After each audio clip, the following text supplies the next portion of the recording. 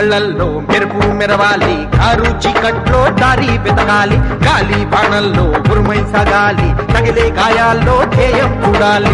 ఒకటే జననం, ఒకటే మరణం, ఒకటే గమనం, ఒకటే గమ్యం. గెలుపు పొందే వరకు గలుపు లేదు మనకు. బ్రతుకు అంటే గెలుపు, గెలుపు కొరకే బ్రతుకు.